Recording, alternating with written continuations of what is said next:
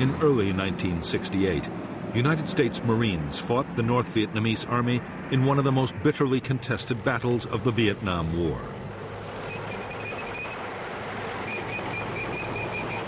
For 77 days, 20,000 NVA troops laid siege to the Marine combat base at Khe Sanh. At stake was the control of the gateway to South Vietnam.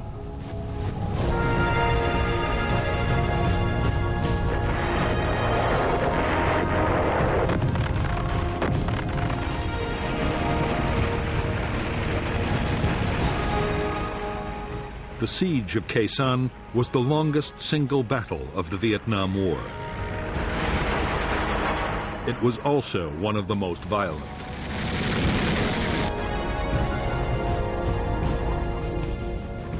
There were savage artillery duels, mass infantry assaults, and fierce hand-to-hand combat.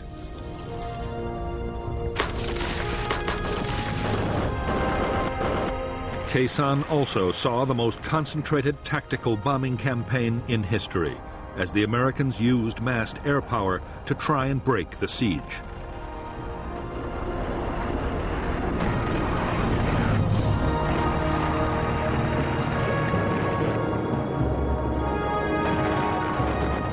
The North Vietnamese meant their attack on Khe Sanh to deliver an historic victory that would destroy the will of the United States to carry on the war.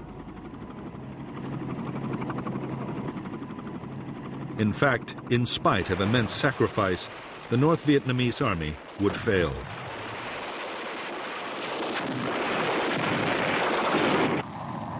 After Khe Sanh, the NVA would never again take on the Americans in a set-piece battle.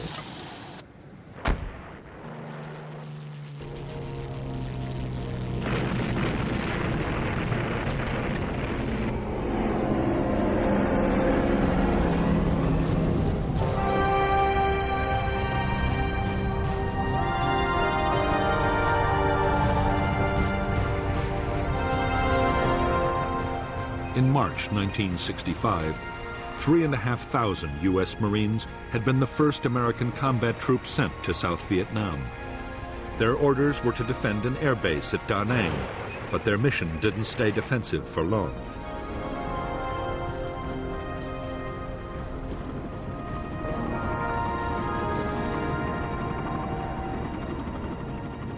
In spite of years of U.S. backing, South Vietnam was close to losing its war against communist Viet Cong guerrillas.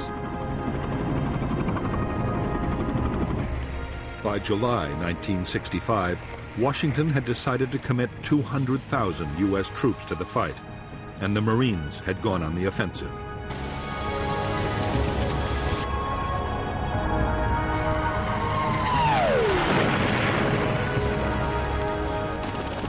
American commanders saw their role as taking on the Viet Cong's big units, the battalions and regiments.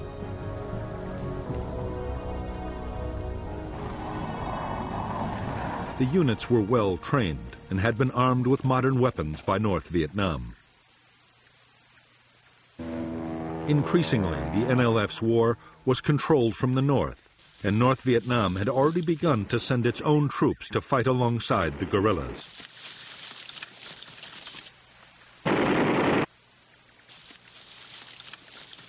The first big battle between the Americans and the Viet Cong was in August 1965. In Operation Starlight, the Marines smashed a Viet Cong regiment. In November, in the Ia Drang Valley, the 1st Air Cavalry Division battled nearly 6,000 North Vietnamese Army troops. According to General Westmoreland, the Americans killed more than 1,200 in a storm of heavy fire.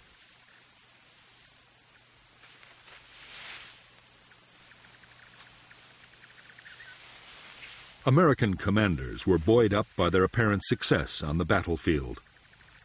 More such victories would quickly force the Viet Cong to give up their campaign. The optimism did not last long.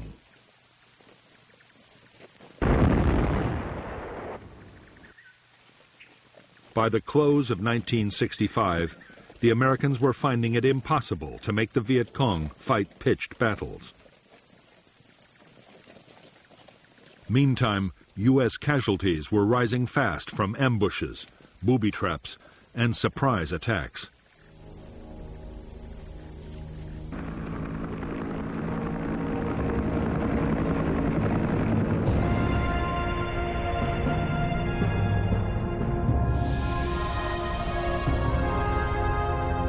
By the start of 1966, Military Assistance Command, known as MACV, the main American headquarters in South Vietnam, deployed 184,000 U.S. troops.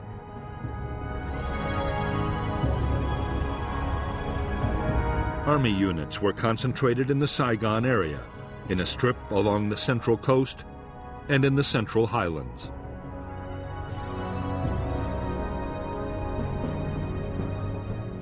The Marines of the 3rd Marine Amphibious Force were further north, in the area known as I Corps. I Corps bordered the demilitarized zone separating North and South Vietnam.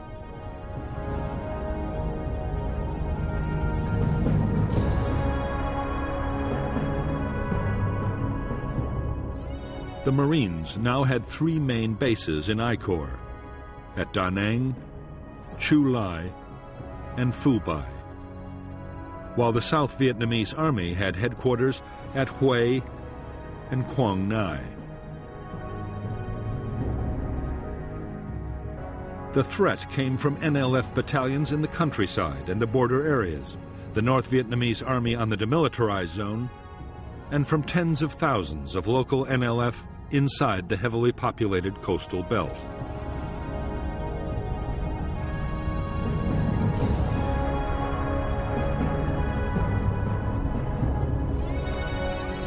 To the NLF, the coastal villages were a priceless asset.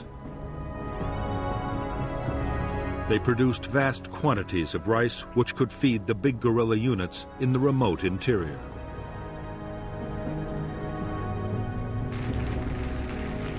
They also produced large numbers of recruits.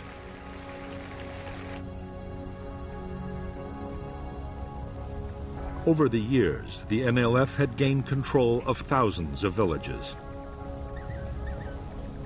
They had created their own local administration and village guerrilla forces.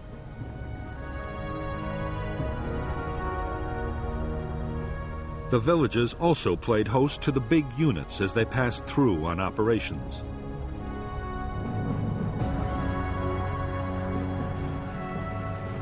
All the areas in which the American Marines had built their bases were surrounded by NLF-controlled villages. Marine sweeps through the settlements rarely managed to find them.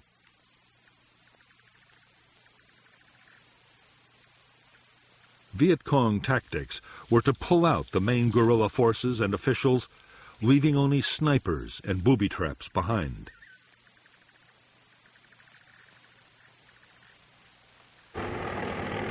After the Marines had moved on, the fighters would quickly return. For the Americans, it was deeply frustrating.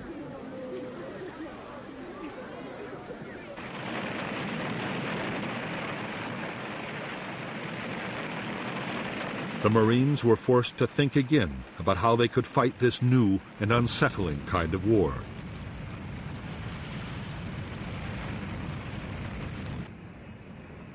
The answer the Marines came up with was a pacification program. The idea was to fight the NLF for control of the villages and to do it around the clock.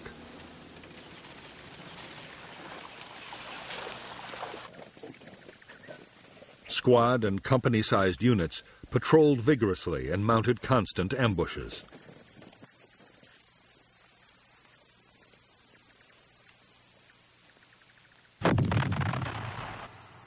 The rice harvest was protected to keep it out of Viet Cong hands. In areas that stayed hostile, whole villages were moved by force to districts already pacified.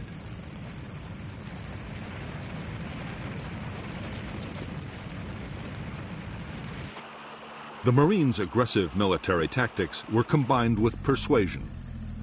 In civic action projects, widely known as the Hearts and Minds program, villagers were given medical aid and help with economic development. The Marines claimed the policy was highly successful and helped bring more than 1 million people under government control. However, in reality, it was just an illusion, and the NLF still managed to infiltrate these areas, which continued to abound with sympathizers.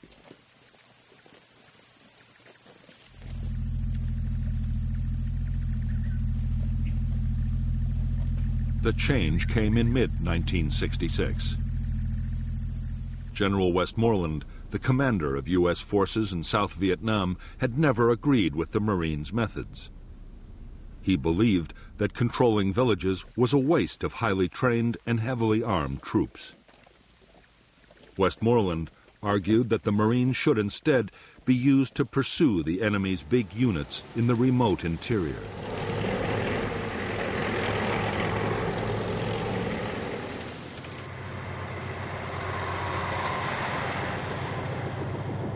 In fact, events would soon force the Marines to reduce their whole pacification effort.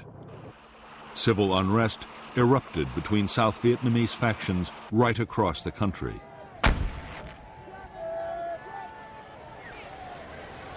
The North saw its opportunity and assembled thousands of troops poised to cross into the South. It was a threat the Marines could not ignore.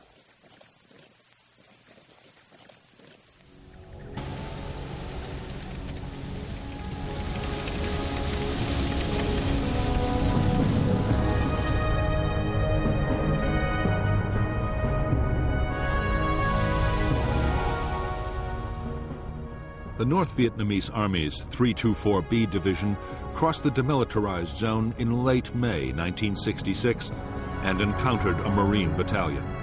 The NVA held their ground, and the largest battle of the war to date broke out near Dong Ha. General Walt moved most of the 3rd Marine Division north, 5,000 men in 5 battalions.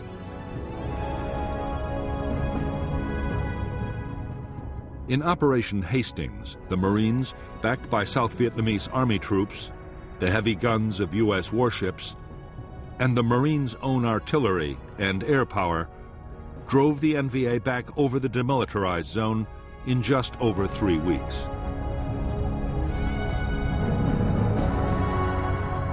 Because the Marines were forbidden to cross the demilitarized zone into North Vietnam, the 324B Division, along with elements of 2 more divisions, were able to regroup and return to the south almost at once. The Marines were forced to mount Operation Prairie, which tied up 11 battalions, nearly 10,000 troops, for a full 10 months.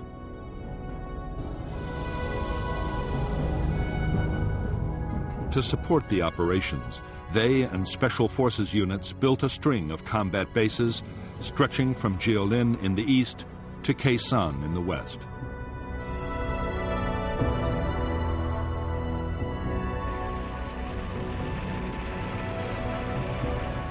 Casualties on both sides were heavy in Operations Hastings and Prairie. Although over 300 Americans were dead and nearly 1,500 wounded, it was a victory for the Americans.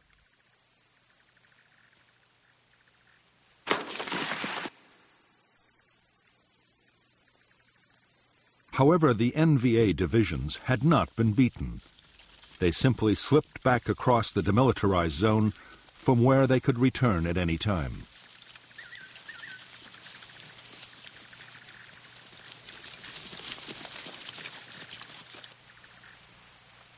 The Marines now had little choice but to keep strong forces in the area.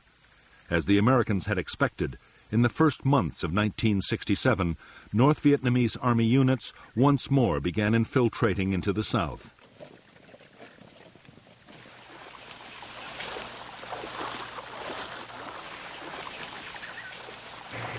The Marine reaction was to mount big operations to find them and cut them off.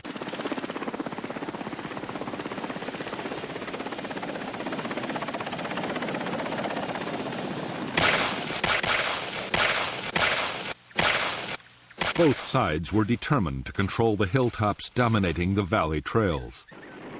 The bloodiest battles of all were those fought for the hills surrounding the Marine combat base at Khe Sanh. These were 881 North and South and Hill 861, thus named for their height in feet.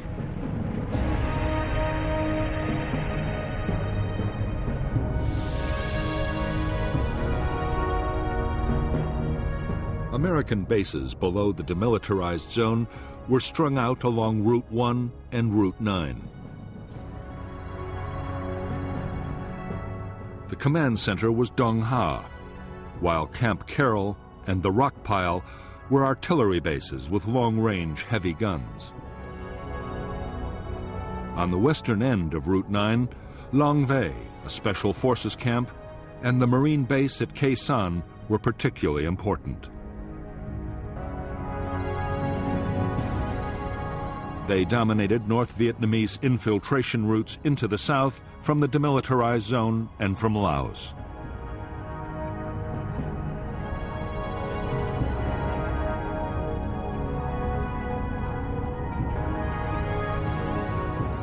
Khe Sanh Combat Base sat astride the valley of the Rao Quan River, with Dong Tri Mountain to the north and a series of smaller, numbered hills to the northwest.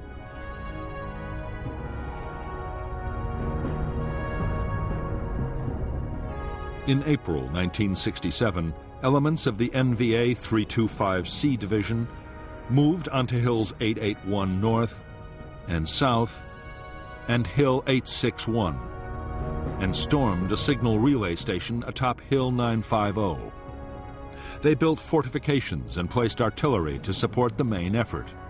An infantry assault by all three of the division's regiments, more than 5,000 men. The base at Khe Sanh had been defended by only a single company of Marines. But now, American strength was raised to 2 battalions with more artillery. By May 5th, after violent battles, the Marines had seized all 3 key hills. The battered North Vietnamese division pulled back over the demilitarized zone and across the Laotian border.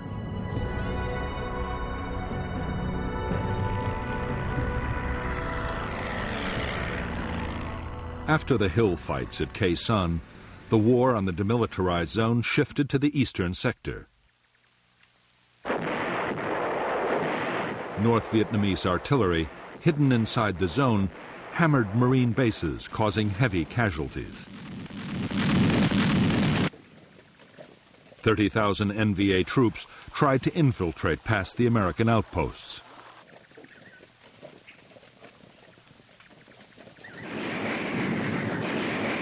In July 1967, there was heavy fighting near Con Thien, killing 1,300 NVA troops.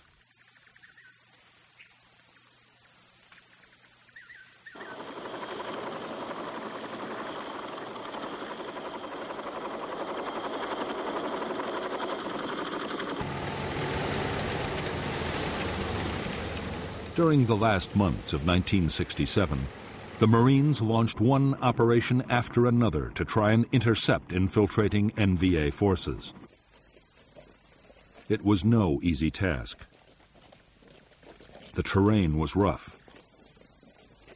There were never enough helicopters, and poor weather often shut down air operations. Meanwhile, powerful NVA units were once again massing in the hills and forests around the Khe Sanh combat base.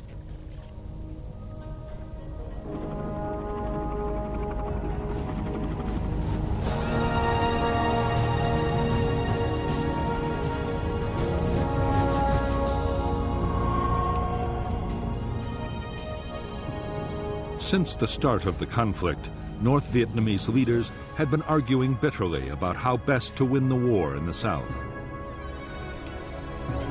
The president, Ho Chi Minh, was by now aging and in poor health, but he still had enormous influence.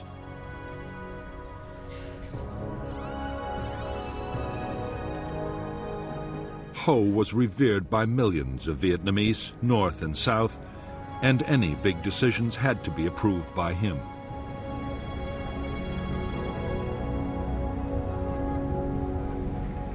For the last 2 years, Ho had supported a cautious approach to fighting the war. But in mid-1967, he backed a new strategy pushed by powerful figures within the Politburo, including Li Tuan, the General Secretary of the Communist Party.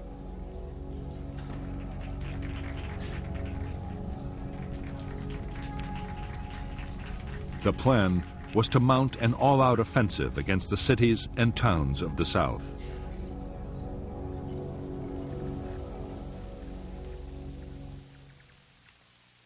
The NLF guerrillas inside South Vietnam would launch most of the attacks. But General Giap, North Vietnam's defense minister, planned to add a distinctive touch of his own. He meant to pit North Vietnamese army troops directly against the Americans at Khe Sanh in a major set-piece battle.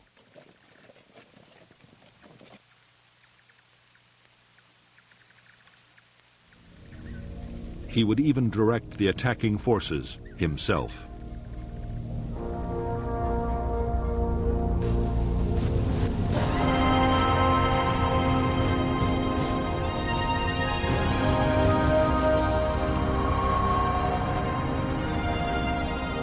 Throughout 1967, the U.S. President Lyndon Johnson had been under pressure from his military advisors to intensify the war in Vietnam.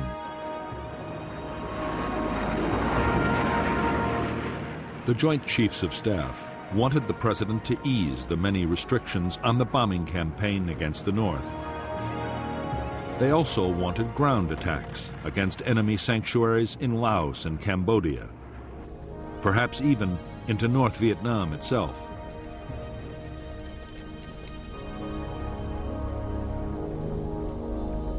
Without such measures, they could see no prospect of victory soon.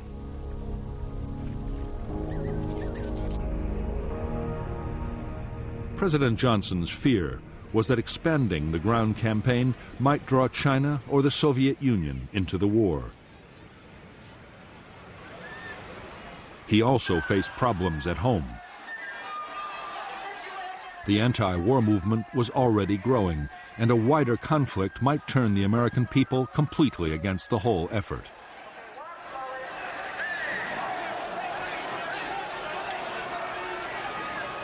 The last thing the president wanted to hear was that the communists were preparing for a major offensive. But General Westmoreland, the commander of U.S. forces in Vietnam, was warning that a large-scale attack might be on the way.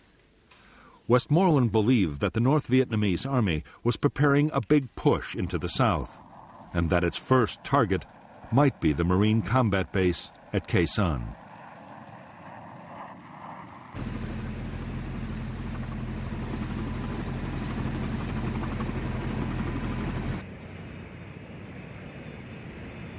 Although the president and his advisors were deeply worried by the news, Westmoreland himself was optimistic. He believed he had the forces to deal with any threat, and a massive enemy offensive might be the opportunity he'd been waiting for.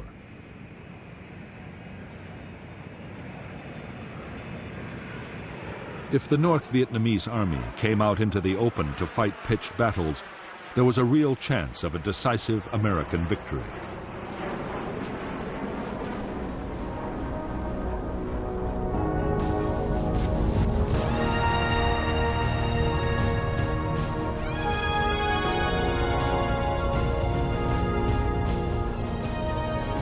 For the North Vietnamese army and its commander, General Giap, attacking the Americans at Khe Sanh promised a whole series of benefits.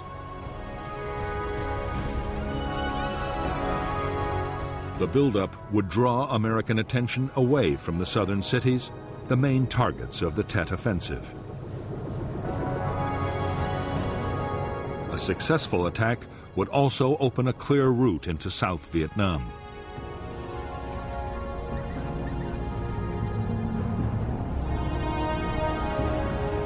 A victory at Khe Sanh might also bring another, even more valuable prize: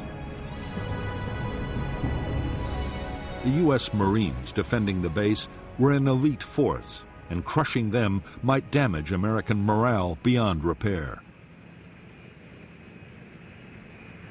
In 1954, 13 years previously, General Giap had inflicted just such a defeat on French colonial forces at Dien Bien Phu.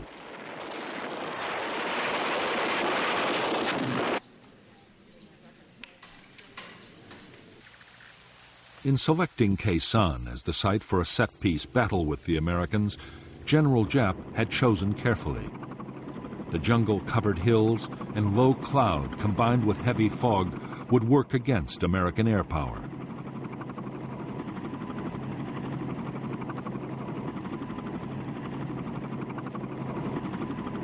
And while his own troops were close to supplies and reinforcements, the Americans could be cut off from any outside help.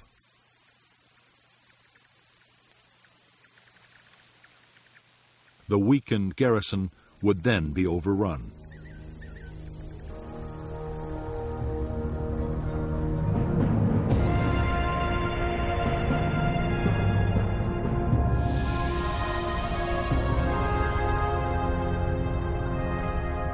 From March 1967, the Americans had succeeded in sending heavily armed convoys down Route 9 to Khe Sanh.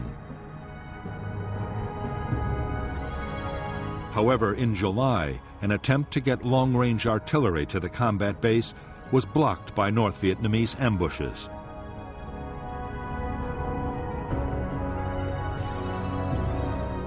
Soon, the NVA had closed the road completely, and the first phase of the campaign against Khe Sanh was completed.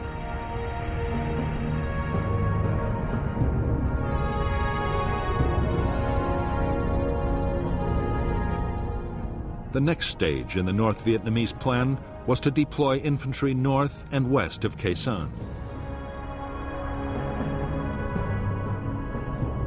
The units to the north would capture the hills overlooking the base and place artillery to bombard the Americans and destroy their airfield.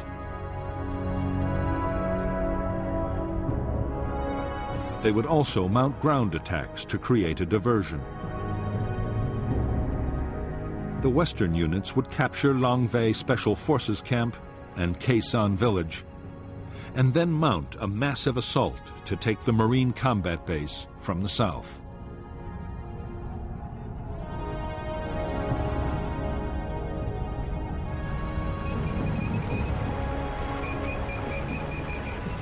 A vital ingredient of General Giap's plan was to soften up Khe Sanh and its surrounding hill outposts with massive artillery bombardments.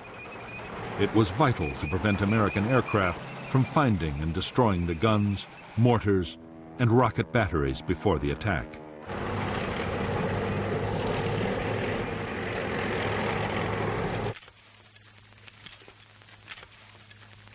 The troops made enormous efforts to protect the artillery by hiding it in caves or specially dug pits.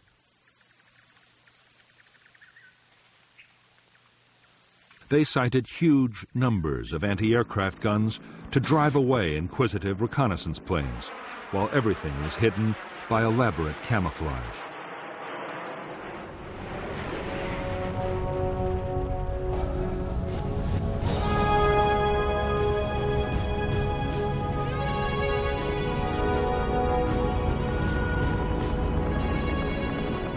From the start of the war in Vietnam, U.S. military commanders had believed that the best form of defense was to attack in strength.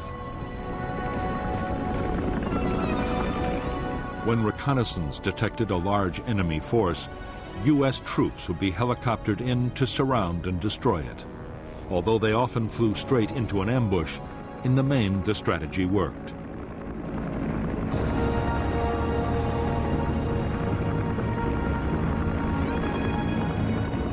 The problem with the American tactics was that they needed ever-increasing numbers of troops and helicopters.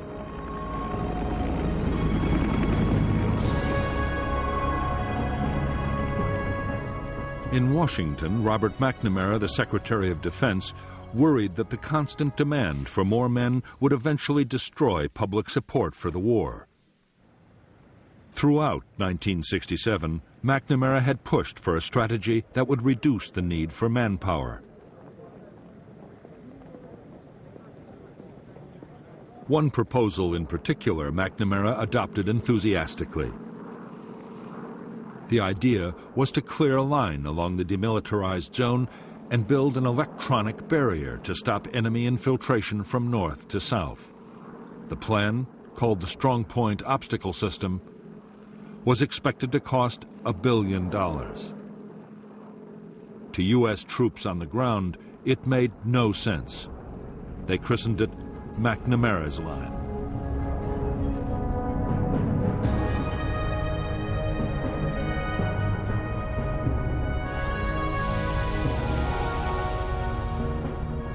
Because the eastern part of the demilitarized zone was flat ground, the area was given the first priority for defense. The plan was for 9 strong points, including Con-Tien and Jieldin, linked by fencing, minefields, and electronic detectors.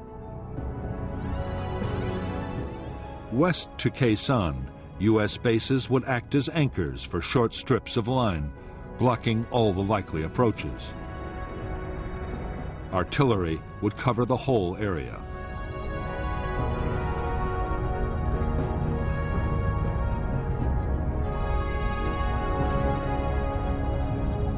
By the end of 1967, the eastern part of the Strong Point Obstacle System was almost complete.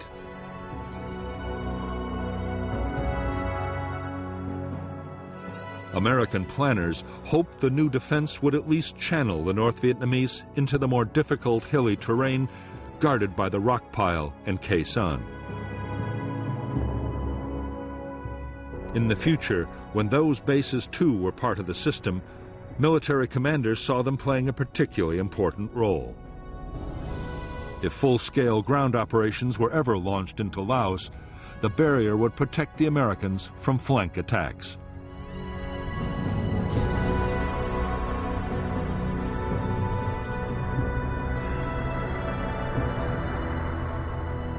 The Strong Point Obstacle System was deeply unwelcome to U.S. commanders in the area.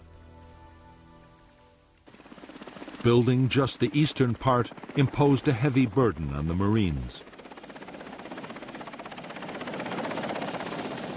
The line was soaking up vast amounts of material and manpower, restricting offensive operations. Worst of all, the construction work and the transport supplying it were sitting targets for North Vietnamese gunners.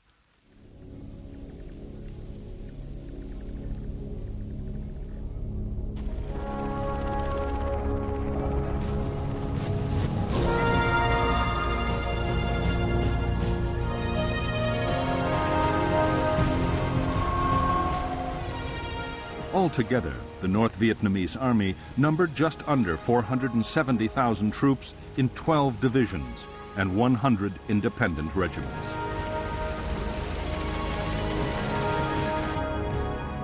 There was also a small navy for coastal patrol and an air force to defend against American bombing raids, together with an air defense missile force.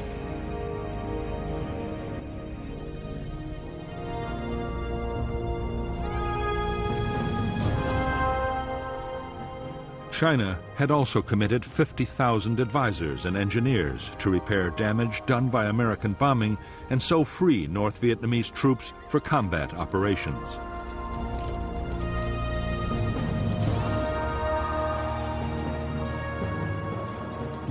By now, the NVA had taken over all military activity in the northernmost parts of South Vietnam, and 102,000 NVA troops were available to fight in the south. All the same, the planned Tet Offensive was not meant to depend heavily on the Northern Army. The southern guerrillas, the Viet Cong, would do most of the fighting, and just over a quarter of NVA units in the south were to be committed to Tet. The rest would either be held back as a reserve or thrown into the battle against the Americans at Quezon.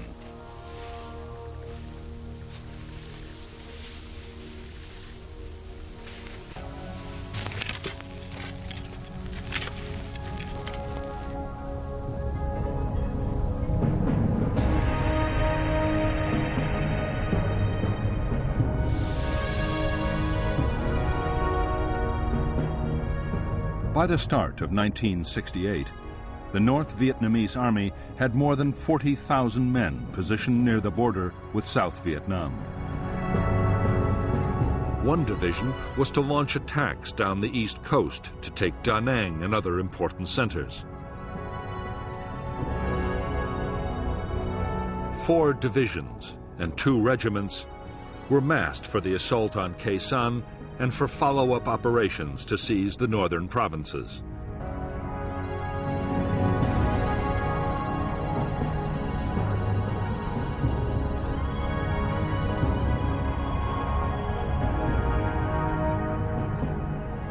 North of Khe Sanh was the 325C Division, with 3 regiments and a battalion. The elite 304th Division was south of the base. The besieging forces were supported by 3 artillery formations and anti-aircraft units, while a regiment handled resupply from the north.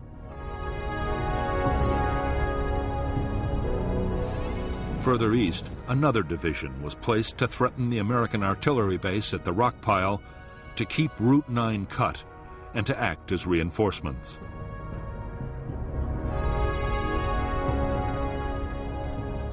A small number of tanks were also positioned west of Long Vay.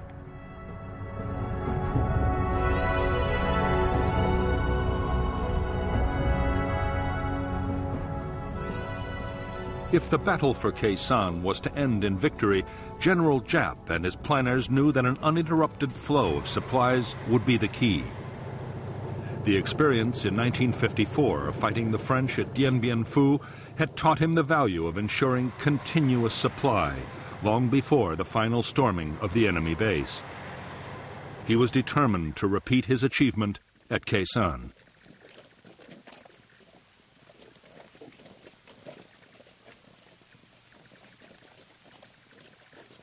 To get ammunition, food, and materials to the forces attacking Khe Sanh, Giap ordered the building of 2 new roads.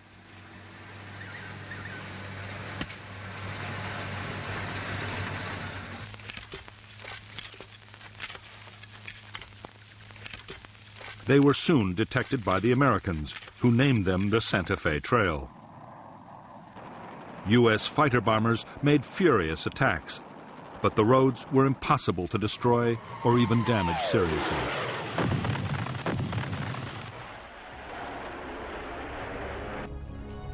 The Santa Fe Trail was heavily camouflaged and fully equipped with bunkers, storage depots, and way stations. The roads were protected by heavy anti-aircraft cover.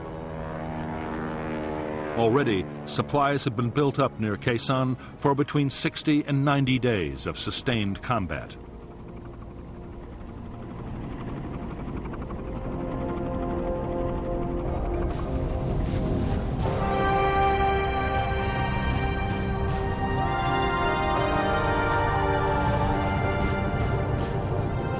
For more than a decade, the North Vietnamese Army had been getting military equipment from China and the Soviet Union.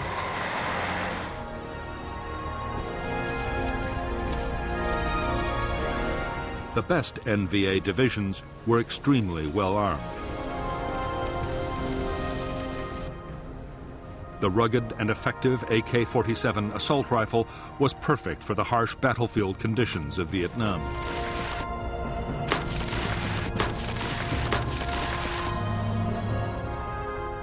Infantry units had large numbers of machine guns and RPG-7 anti-tank grenade launchers.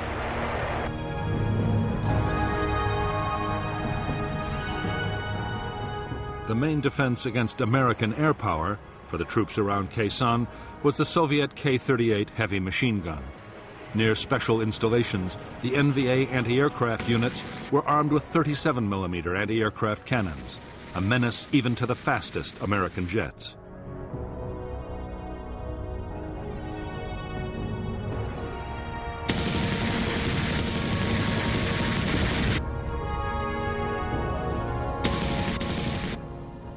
The heavy artillery which NVA gunners would use to try and overwhelm the defenses of the Khe Sanh base was also Soviet and Chinese.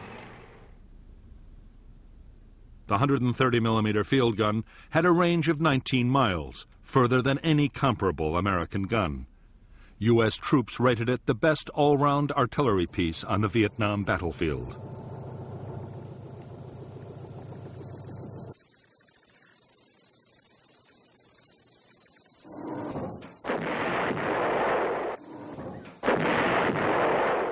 The guns would be reinforced by huge numbers of rockets and heavy mortars.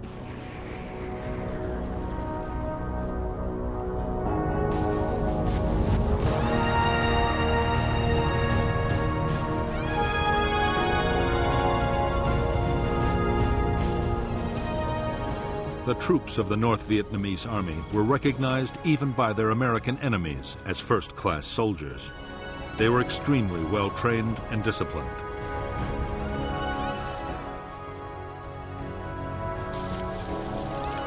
They were skilled in tactics, and their morale and determination often seemed to the Americans to border on the fanatical.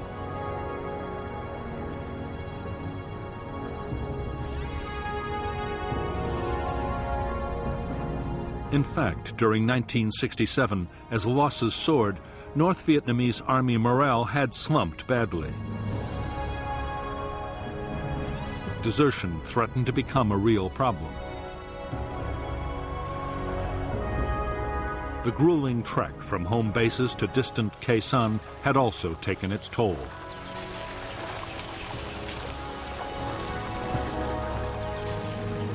American bombing was a constant danger, and diseases, particularly malaria, were rife. Most of the NVA soldiers who were massing to attack Khe Sanh were from the coastal lowlands of North Vietnam and found life a misery in the sodden, insect-infested jungles, as did their enemy.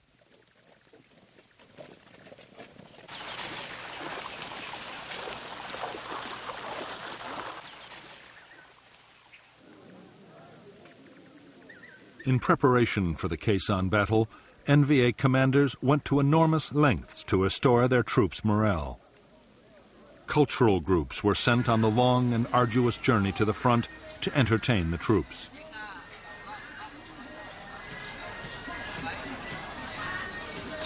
The message was simple and was reinforced at every opportunity by political officers. The coming campaign would deliver the victory they had hoped for so many years.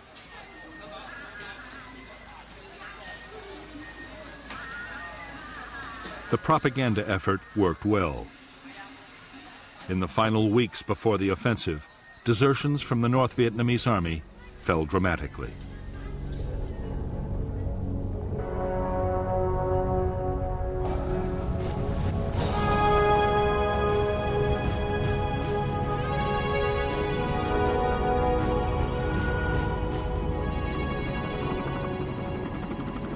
In late 1967, 73,000 of the almost 500,000 American troops in South Vietnam were United States Marines. They were under the command of the U.S. Navy Pacific Fleet Headquarters in Honolulu, but operational control was with General Westmoreland's Military Assistance Command in Saigon.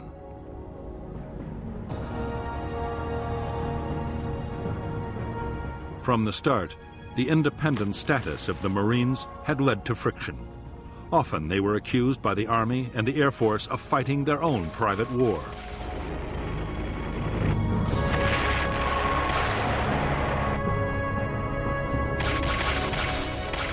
Since Lieutenant General Robert Cushman had taken over as Marine commander in June 1967, he and Westmoreland had argued continuously over how the Marines should best be used. The latest issue was the McNamara Line.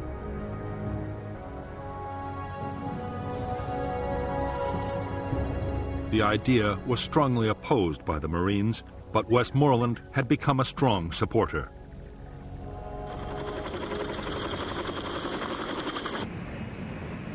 There was also a major disagreement brewing over who should control Marine air power.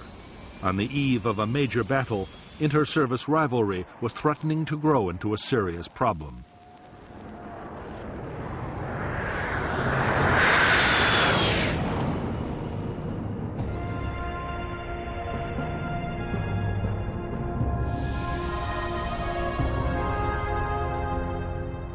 American units in I Corps were commanded by the 3rd Marine Amphibious Force with its headquarters at Da Nang. The force controlled the 1st and 3rd Marine Divisions and elements of the 5th, along with the 23rd Army Division, 2 Army brigades, and a squadron of armored cavalry.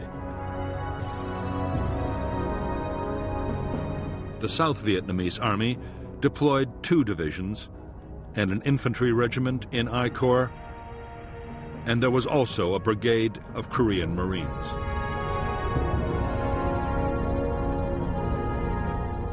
Air support for operations in I Corps was provided by a U.S. Air Force Tactical Fighter Wing, the 1st Marine Air Wing, and a South Vietnamese Air Force Squadron.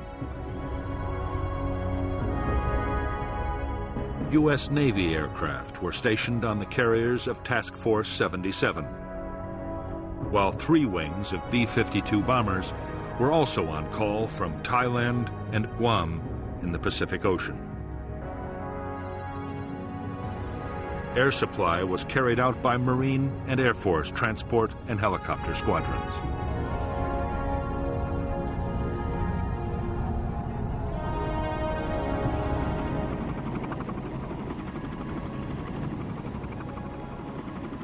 As more than 100,000 men, half of all U.S. combat units in South Vietnam, had been concentrated in I Corps, the supply system had been strained to the limit.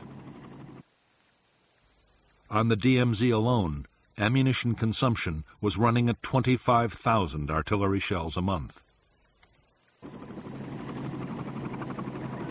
The Marine supply lines stretched from the United States to Okinawa in the Pacific and on into Vietnam.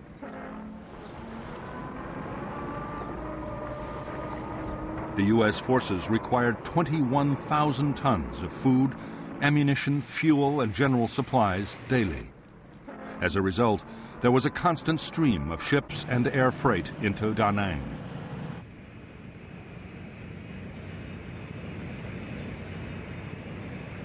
Getting the supplies to where they were needed was a massive job. Vietnam was the first war to see computers used to control supplies. The requisitioning system handled over 80,000 different items, from boots for the men to spares for helicopters.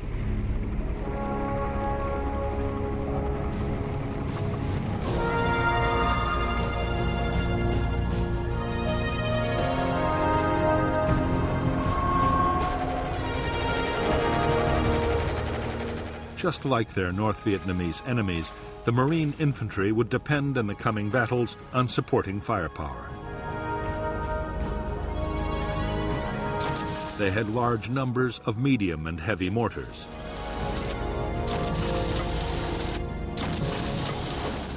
The Marines would also make good use of 106mm recoilless rifles. The M40 had been designed as an anti-tank weapon, but it was also highly effective against bunkers and trenches.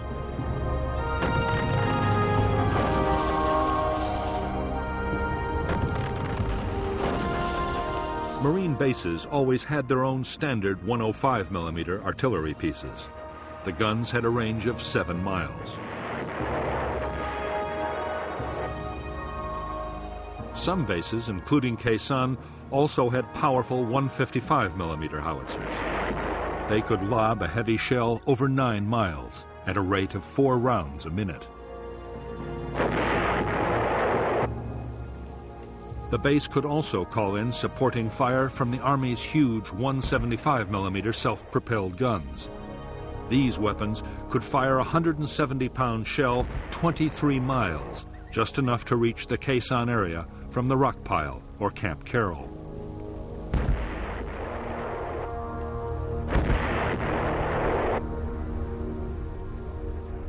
Support from aircraft was much less reliable than artillery. Air operations could be shut down completely by bad weather. But in the right conditions, fighter bombers could bring devastating firepower to the battlefield. A-4 Skyhawks, operating from carriers in the Tonkin Gulf or from marine airfields, could be over the Khe Sanh area in less than 30 minutes with 1.5 tons of bombs.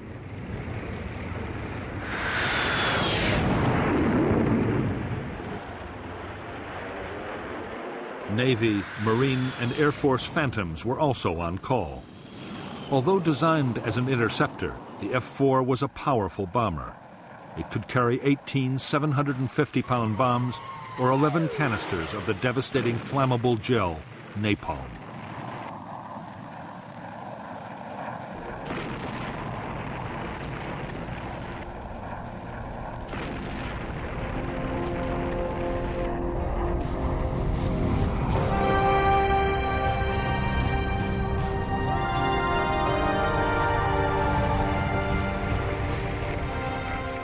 As an elite formation which could attract recruits of the highest quality, the United States Marines had for years been an all-volunteer force. Vietnam had forced a change.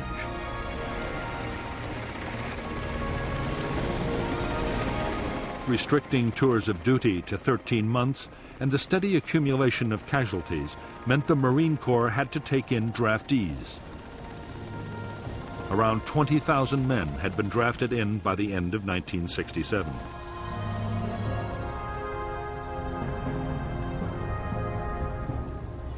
Basic training had been cut too, down from 12 to 8 weeks.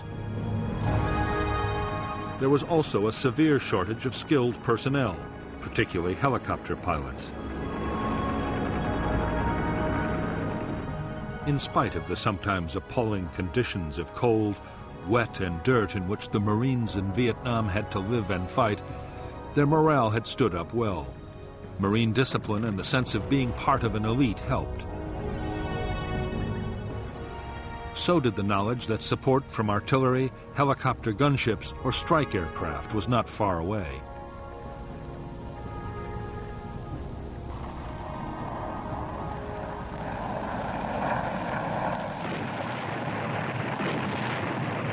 But nothing helped the morale of the men as much as the superb medical evacuation and treatment system.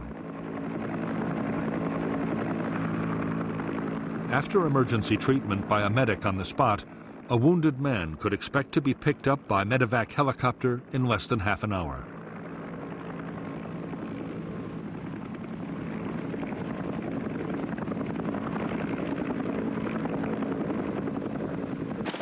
The crews of evacuation helicopters were among the most admired troops serving in Vietnam.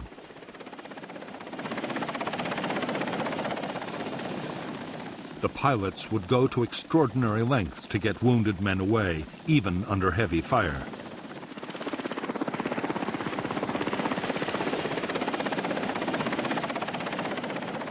In I Corps, evacuation was to one of 3 field hospitals or to the main hospital at Da Nang. There were also 2 fully equipped Navy hospital ships, each with more than 500 beds. So effective was the Marine medevac system that 99% of evacuated Marines survived their wounds.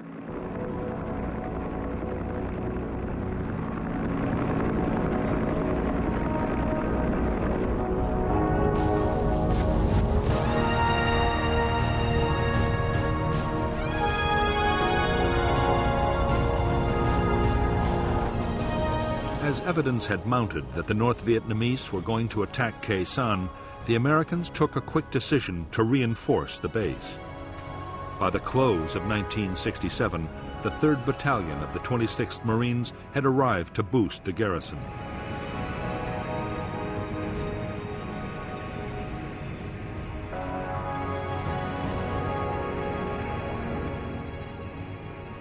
New bunkers, quarters, and perimeter defenses had to be built fast. Building materials that were meant for the McNamara Line were quickly diverted to Khe Sanh. Only days after the new Marine unit had arrived at Khe Sanh, it launched a major search and destroy operation towards the border with Laos. The Marines discovered North Vietnamese weapons caches and fresh trails. but not a single enemy soldier opened fire. Unknown to the Americans, the 30,000 NVA troops all around were under strict orders to avoid all contact.